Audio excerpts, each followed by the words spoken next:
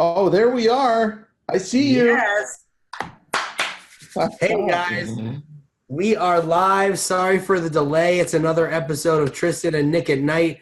Tristan, of course, was late as usual, fashionably late. He was speaking today in Phoenix. He's very in demand lately.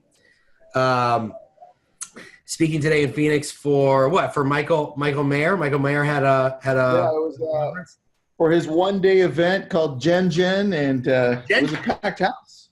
Gen. It sounds Gen. super sexy. I just want everyone to know tonight I'm drinking a cappuccino. You're drinking what? I'm drinking a cappuccino. Oh, nice. Yeah, How's it taste? I got an espresso maker. That sounds super yummy. And it like foams the milk. Look, it foams the milk up all nice. See? Well, dude, I say we start off with checking out and checking out the terrible questions that were asked in the group. Wait, before we start, I want to say that I'm proud of myself. Oh, thank you. Because today I Instagram storied. If you watched us last night with Chelsea Pites, I challenged myself to do Instagram stories consistently. And today I did 3. So I'm getting there. Hold on. I'm going to do one right now while we are on the air with Tristan and Nick at Night. Yeah, Tristan and Nick at Night on Lab Coat Agents. Okay. Anyway. Yeah, Tristan and Nick at Night. Okay, so hey, you want to talk about the really bad questions today in Lab Coat Agents? But Tristan, we've always said there's no bad question. No, there's some bad. But you know what? That's a lie. Forget it. Forget it. We never said that. Why are you on mute? Oh. Why are you muted? Can't hear you. I had to mute myself because I was inviting everybody and it makes like a double echo. Oh, okay. So you want to talk about All right. Dude, number one question here. I have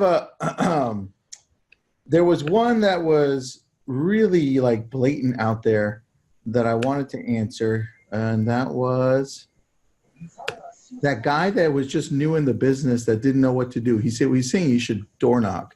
Let me find that one. But in the meantime, Red Staffstrom has a question. Red, thank you for asking the first question. I'm curious, who here is doing pay-per-click Google AdWords? How much are you spending and what companies are you using? Thanks. So I think Google pay-per-click or Google AdWords is something that a lot of people aren't talking as much about now that people are talking about Facebook lead ads and Instagram lead ads. But for us, we've been using Commissions Inc. for about 5 years, and we primarily for Google pay-per-click, and then we recently added FirePoint to that. FirePoint's base CRM is like $400, so yeah, adding the Google pay-per-click on that was a lot less expensive because the CRM base for Commissions Inc. is like $1,400, $1,500. Yeah, it's not cheap. No. I don't usually do pay-per-click. I'm really mostly Facebook and Realtor.com for internet leads. I've just found that those are better for me for some reason. I don't know. How you feel your pay-per-click leads are doing? Our pay-per-click leads have been really good for our higher-end luxury areas, so Malibu, Santa Monica, even parts of Beverly Hills and Bel Air. So they've done really well. Okay. Sounds good. So what were you talking about today in your lecture? Like you're a professor. Yeah, I was lecturing all these lecture about today at the university. At the university, we were teaching how to create Facebook groups, Facebook communities, since you and I have done this really well. And it was just a process that we created, you and I, of 9 steps. And I'll go over the first one. The first one is share that with me because I don't really know what we're doing. You're funny. first step is finding out your why. Why is it that you're creating this group, this community? Because that's what's going to drive the whole group. For us, we're always about showing people the latest technology, the latest systems and processes. Right? For us, it's easy. We've been doing it for a while, but for all those people that are barely starting off, they really don't know what to do. I found the question, Nick. Oh, which question?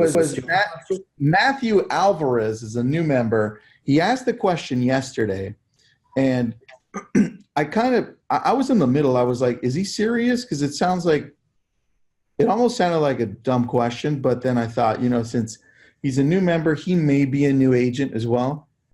And the question was, as a new agent, there he goes, the new agent. Is cold calling really a good way to start? Need some feedback. Oh, okay. You remember that question? Well, I remember a question in the group saying, is calling still like a good way of prospecting? Was that it? Yeah. That's a lot of the people were like, no, don't ever pick up the phone. Don't ever try it. It's not like they were being really cynical about it. I mean, it was actually kind of funny, but honestly, I'll give you a little insight and into my opinion on that. Obviously, yes. Okay. Calling is probably the best way to get in touch with somebody. And what we're seeing with our incoming leads from Facebook, because we're using Conversion Monster as our inbound ISAs, we're seeing that almost 80% of the leads that they're qualifying from Facebook are done so over the phone. So phone calls are extremely powerful still, really powerful. That's my opinion. No, I agree, man. I think for us, I started calling, and let's say for some people it sucks, and that's okay. It can suck. It doesn't have to work for everybody. I think the process of actually doing it, though, it teaches you something. And I think it's important to go through that process as a new agent so that you understand that process. Well, I'll be honest with you, I personally don't like making calls. I mean, you do. But here's the thing with me. Okay. Well, let me rephrase that. Something I don't like it. It's that every time I'm about to do it, I dread it. But then when I'm doing it, I'm like, it's just like boom, boom, boom, boom, boom. Once I'm in the groove, then I'm good. And then it's like a game, right? Like, I feel like every time I have a prospect on the phone, whether it's a buyer, seller, expired, internet lead, whatever, I feel like it's a game, right? Like I get pumped up, like, oh, I'm gonna qualify this person. I'm gonna set this appointment, right? And so every time I set an appointment, it's still exciting to me. I don't know, it's weird, right?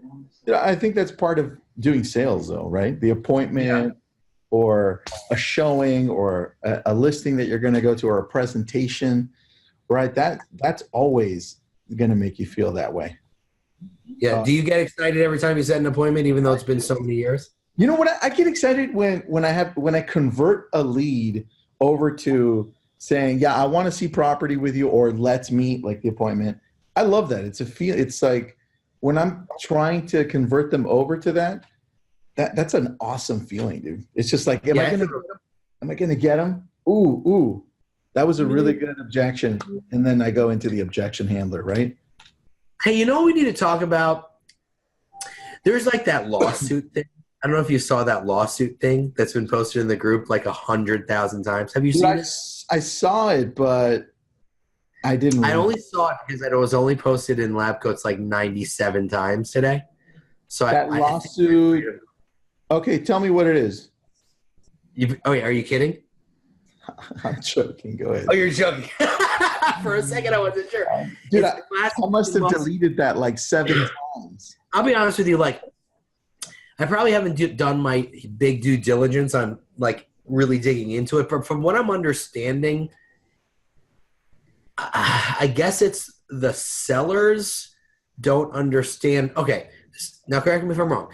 They either don't understand that they pay a buyer commission, or that they feel they can't negotiate the buyer side of the commission, right? Yeah, the sellers feel like they're the ones paying for that whole commission, seller and buying, and that they have no choice as to how much they're going to give the buying side. You see, So I'm confused by that. Um, I'm dude, confused by that because when I take a listing, it's right there on the listing agreement, right? Like how much you pay each side and how much you pay total. So for me, it's like you're negotiating the commission as a whole, right? yeah. Whether X% or Y%, it's like you know what I'm saying? I that's why I'm having a hard time. Well, I think that's why most agents are having a hard time. They don't understand where this is coming from, because most agents that are in this business and treat it like a business, they're educating the sellers, and the sellers know.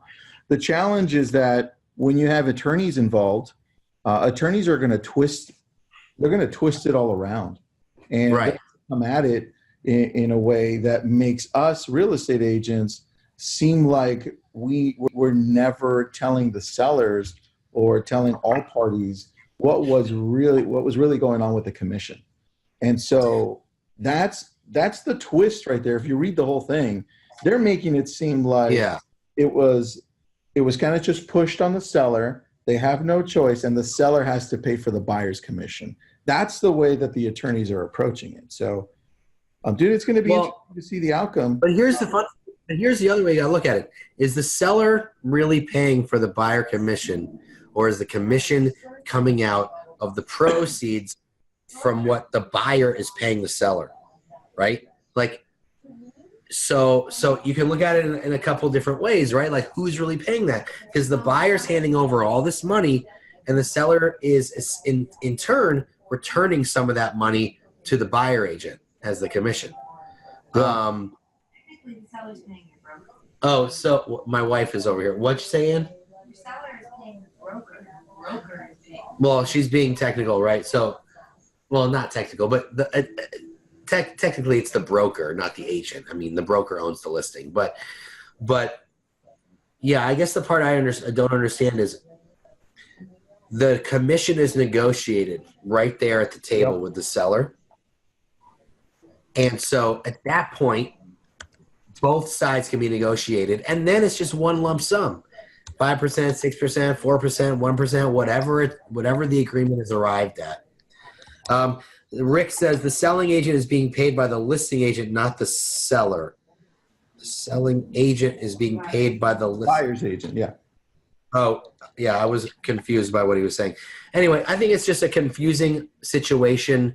There's a lot of things going back and forth saying the agent isn't informing the seller, or the buyer doesn't know this, or the seller doesn't know that, when it's clearly stated on the listing agreement. I don't know. What do you think's going to come of it, honestly, in your opinion? And then we'll get off it. Dude, I don't know. I really think that it's going to depend on the attorneys that are involved, because if you've got a really, really good attorney fighting this and representing the sellers, I've seen some, I was in law school, and I've seen some pretty amazing attorneys come through and destroy the other side because they didn't take it seriously. Oh, for sure.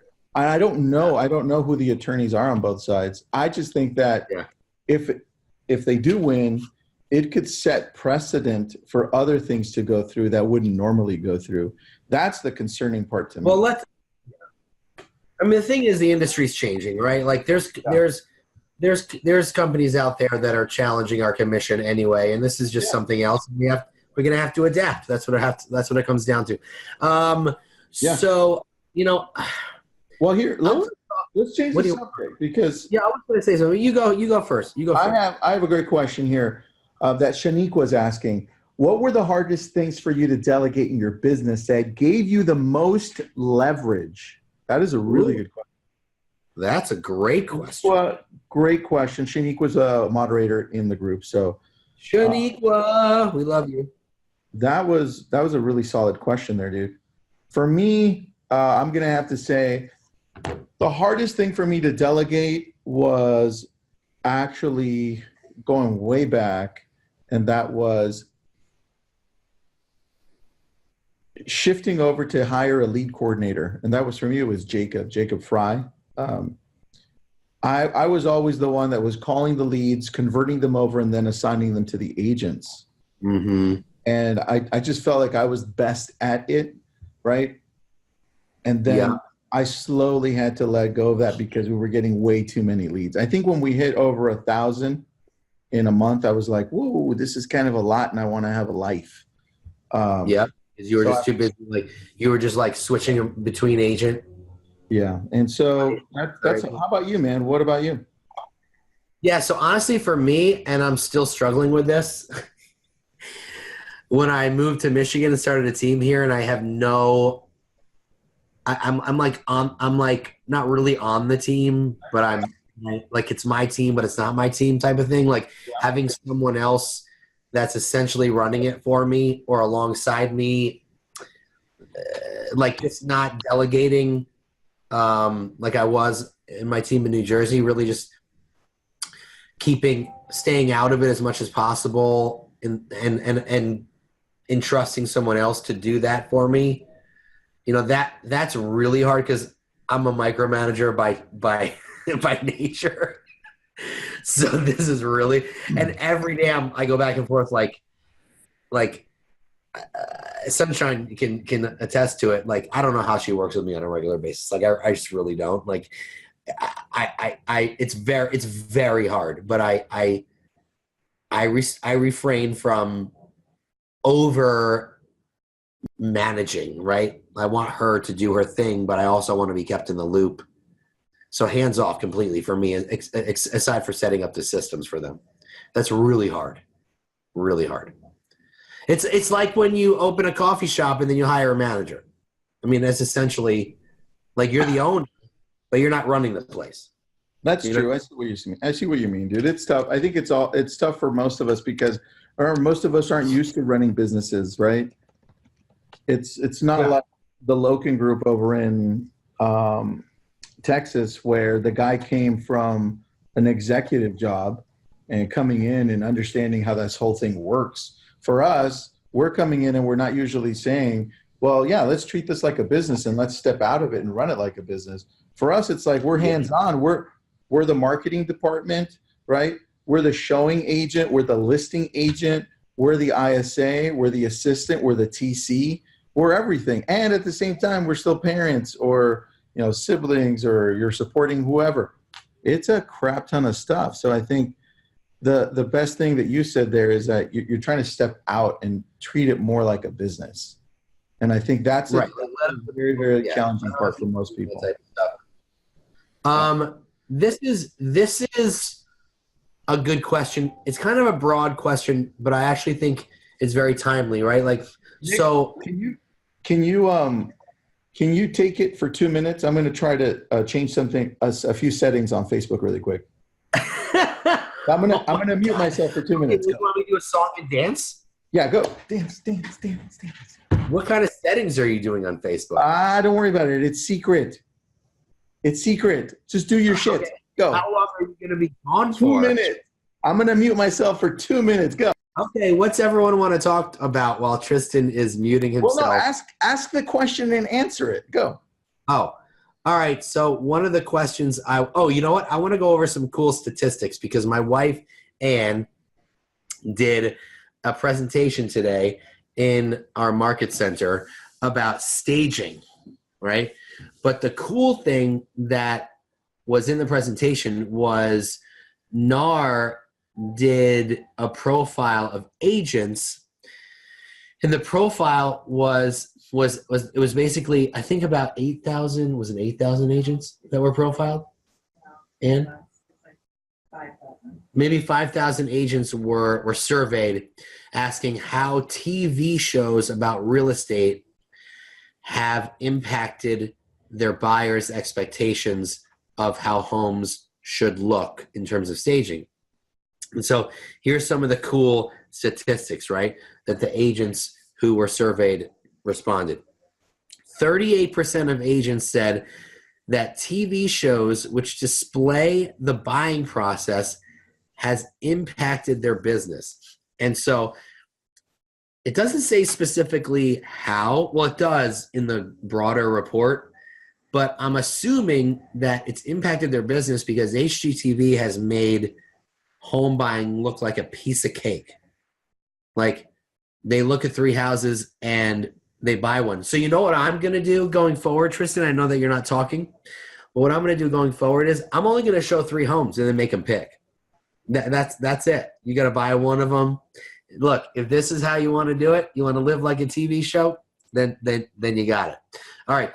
34% of agents said,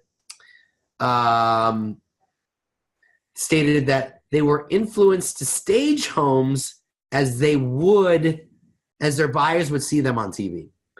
So 34% of agents who were profiled said they were influenced to stage homes as their buyers would see them on TV. 10%, a median of 10% of responders said buyers cited that homes should look like they were staged on TV shows. So that's interesting, right? And 29% of agents said that buyers weren't disappointed by how many homes. 29% of respondents said that buyers weren't disappointed by how homes looked versus homes that they saw on TV. So that's actually good. I think for the most part, it seems that it hasn't affected it that much, other than the fact that they think the home buying process should be like it is on television. Okay, here's another interesting statistic. Home buyers with consulting their family. All right, so 25%. Okay, percentage of responders reported that home buyers consulted their family. 25% of buyers brought their family to view homes with them, and 40% consulted their family while they were buying the house. 3% didn't bring family to view homes, and 2% didn't consult family while buying.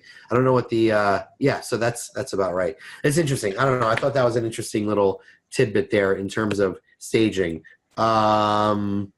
So we're still waiting for Tristan. I don't know what are you doing? What are you doing? All right, I'm done. You had some interesting stats there. A few people fell asleep. Can you I please saw tell that. me what you were doing as you were like this on your computer? All right. No, just don't worry about it. So I have a few questions. Who out there uses a home stager? If Weird. you do, give some hearts so we can see that. Give some hearts. And if you don't, do the angry face. I want to see it. I want to see angry faces out there. I don't usually Okay, see. here we go. We got some questions. Okay. Yeah, the HGTV effect, Ron says. Laura says the problem with the staging on HGTV is if the home is occupied, the occupants need to live in it. The staging is normally unrealistically staged to actually living in the home. So here's the thing. So what we have to understand here, come over here. You want to be? My wife's a home stager, so she's going to come. I'm eating. Yeah, come eat your peanut butter. Home stager wife? Oh, here's I've got you an angry face. my wife. Oh, Yeah. there's an angry face. But you home stage. She's a home stager. So talk about what your presentation was about today. Well, no, I agree that it is hard when a home is owner occupied. However, the biggest thing I do is I sit down and make very clear cut, basically expectations and what a homeowner should do. And I explain to them why, if the house looks a certain way, you want to keep it that way because, and I tell them the statistics of, how it can improve the price up to 10%, the days on market. I compare it to homes that, and they see that. And once they see that, of course, yes, if you have kids, of course you live in the house. It's not going to always be pristine and perfect. But if you set that expectation of this is why we're doing it and this is the, your return you can get on it, you would be surprised at how many homeowners, when it's coming from a stager, not the agent, there's a difference. When it's coming from the stager and not the agent, will actually listen to you. And if anything, it'll be messy and then they just clean up when it's time for a showing. So you're saying we should always bring in a stager to help us out on the listing. Yes, and reason why is because we've done it both Wait, ways. tell those statistics about. Okay, sorry. Nick has a problem with interrupting people when they speak. No, he doesn't. No, I'm gonna go sit in the corner. No way. No, so the reason I Hey. always suggest that you bring in a stager or you bring in someone outside of your team is because they can play bad guy. Because you're the person who's already telling them you should list the house for this, you're explaining to them why you should list a certain price, or, you're giving them comps in the neighborhood that maybe they don't want to hear. So if you bring in an outside source and someone they deem as an expert in that area, chances are they're going to listen to that person more than they would listen to you. Makes and sense. that's the person who can come in and let's say he has a listing and he says, I really think you need to paint this wall and, spend another $3,000 on fixing these floors. They're going to say, hi, no, I'm already, paying this commission and doing all this other stuff. But if I come in and I say, wow, your house is beautiful, it's great. However, here's a list of some things I think you should take care of. Let me help you with that. Then they can get mad at me. And it keeps the relationship with the agent better. Whereas I can be the person that they get annoyed with. Or the good guy. Yeah, we can blame you. Yeah. Makes Okay, sense. so there was a really good stat. Was it 72% of agents said they were not utilizing home staging or home staging consultations? They were either not using them or only utilizing them for houses that they thought would sit on the market for a long time. Okay, so if you're not utilizing home staging, 72% of agents are not for most of the time. So that should be something that you build into your value proposition. My mom, Roberta Baldwin, is chiming in. And we learned a lot from my mom because my mom, has a great eye for fashion. She said, Ann, I work similarly helping them get to the point where they are ready to stage. I use a design consultant first so the homeowner doesn't see me as a critic, but then I actually oversee the staging. So Roberta Baldwin, my mom, 25 years in the business, chiming in on the live feed. What's up, Mom? What's up, Mom? What's up, Mom? My mom's team did 43 million in volume last year. She's crushing it. 25. We should have my mom on a webinar, Tristan. Roberta, you're on a webinar for April. Roberta, Mom, we're going to put you on a webinar for April. Everything I learned about customer service, I learned from my mom. My mom will work with someone for 5 years. Honestly, she never gives up on anybody. I love you, Mom. Okay, somebody wants to know, Rick Hogue, did you see anything about how buyers were influenced by the photos they saw online and whether they would go see a house? Yes. I don't remember the statistics exactly off of my head, but basically what it comes down to, and this is something that a good stager will probably talk to, or you can have in your back pocket when it even comes to how you present their home. The average age of a home buyer right now is, the median age is 32. What does that mean? It means they have one of these. They constantly scroll on it. They're on Instagram. They're on Facebook. They know what they like. They're watching HGTV. They probably have a sense of style. That's their own. They're savvy, right? Yep. I'm 32. That I would say describes me. I'm 40. I'm 40. I'm not a millennial, so I don't know what even. You're toast. I don't even watch Instagram. Why are you even on this Facebook Live? Don't you need to go change your dentures? Right, so, and 90% of all home buyers. My teeth just fell out of my coffee cup. 90% of home buyers start their search online. So I don't remember the exact statistic, but there is a very good number of the amount of people who will pass by, who will not even go and look at a home if the photo they see is cluttered, is dark, is messy, blurry.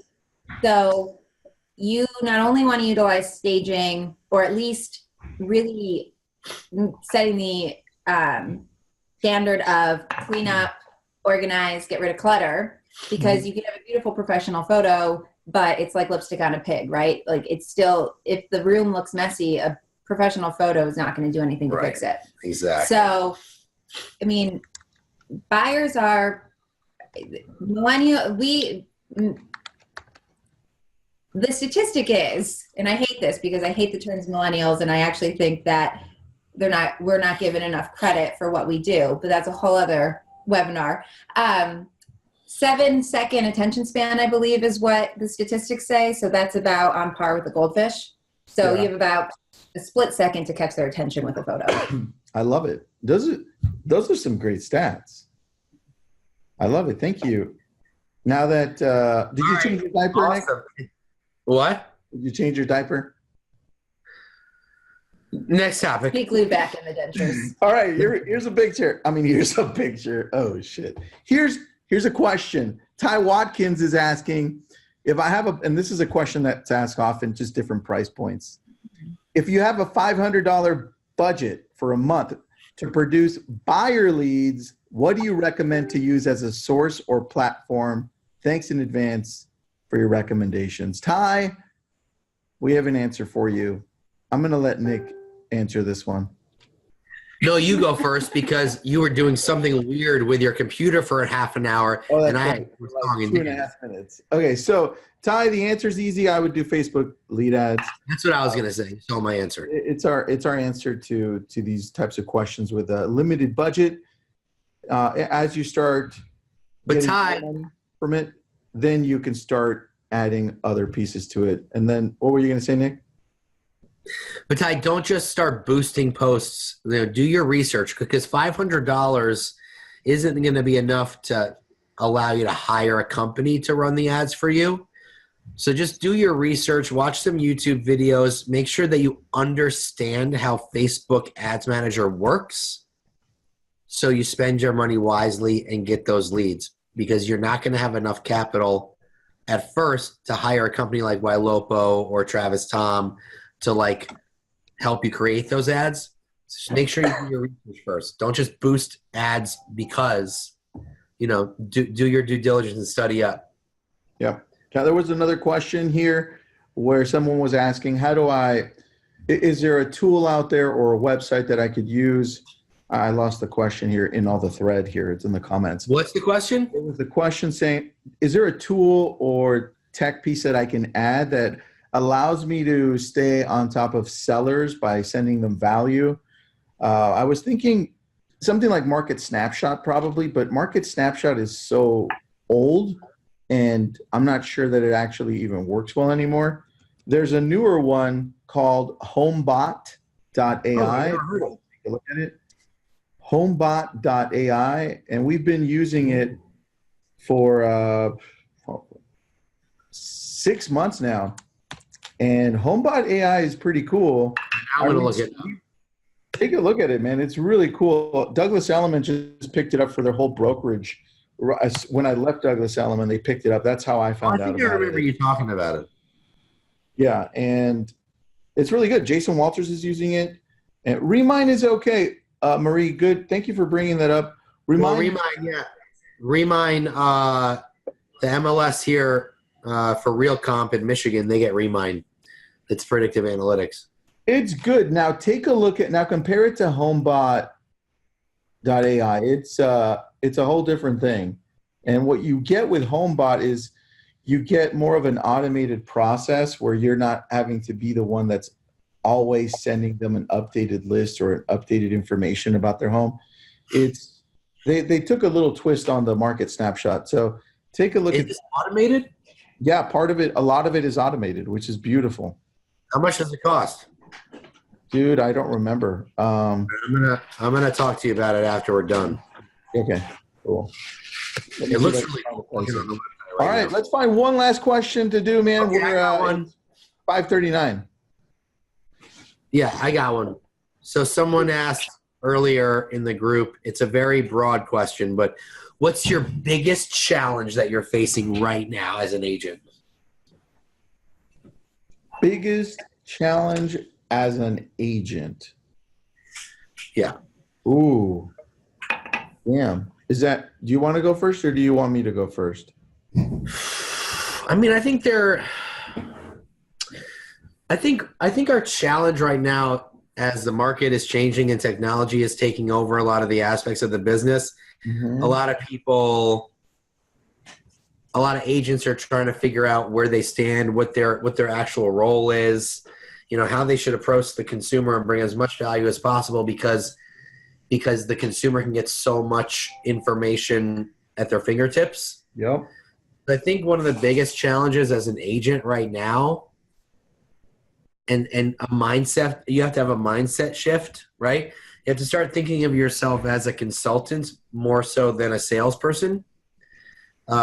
Because let's face it, 90% of buyers are starting their home search online. 51% of them are actually finding the house themselves that they want to buy. Doesn't mean they're not using an agent, but half of the people that are buying homes actually find the home themselves. So you have to now be that consultant. Your value proposition is guiding them through that process. They don't necessarily even need you to help them find the home they want to buy. They need you to guide them through the process. That's your value proposition. They're not going to find that anywhere else. It's a very difficult experience to go through. And then you also want to find some information that they don't necessarily have access to, something more that you can bring them, right? Yeah. Whatever that information could be. And you also want to be a resource, a trusted resource. So you're saying because you have all.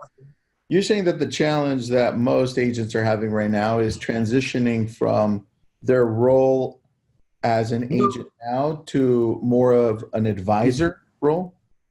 Well, I think agents are getting so consumed with like Zillow and Realtor.com giving the consumer so much information that they're like, they're going to take our jobs. They're going to take our jobs. Okay. Zillow and Realtor.com aren't holding hands with buyers and sellers and guiding them through the transaction and telling them what comes next and how to do it.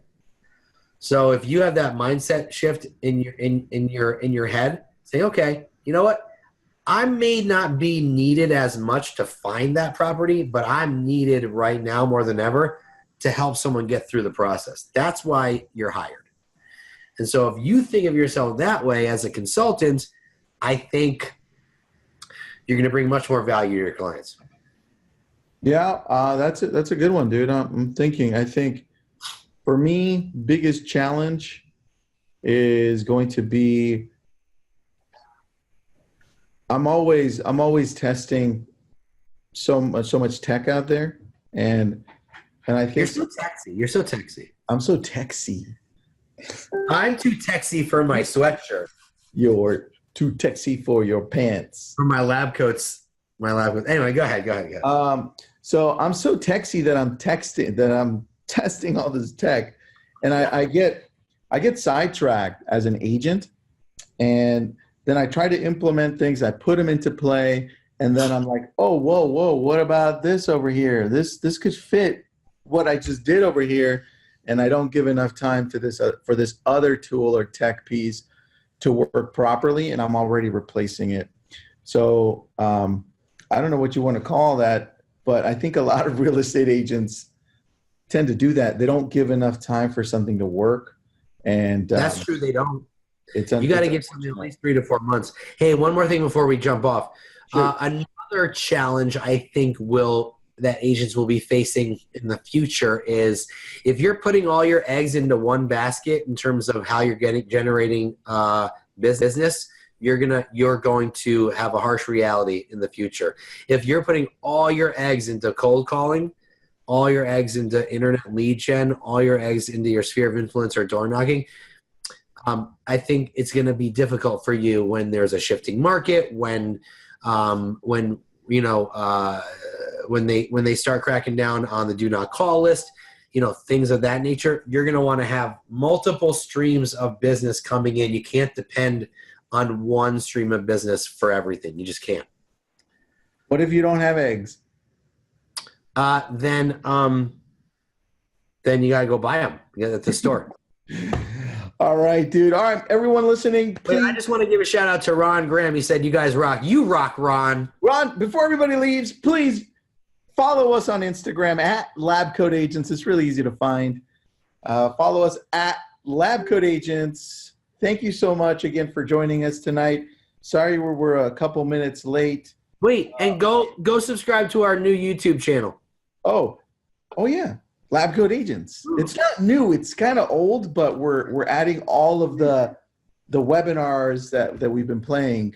It's hard to keep up, dude. I don't think I've been able to keep up lately. Go like us on the Face Twitter and go like us on the Face Twitter, Google Gram. Face Twitter, GramTube. Go to Face Twitter, GramTube and follow. Go on Instabook. No. Face Twitter, GramTube, Trist. Go on Pinterest. Face Twitter, GramTube, Trist, and just look for Lab Coat Agents on Google. Thanks, everyone. Next Thursday, 8 o'clock Eastern, Nick and Tristan and Nick and Nite will be back with more shenanigans. Go change your diapers, old man. Okay, signing off.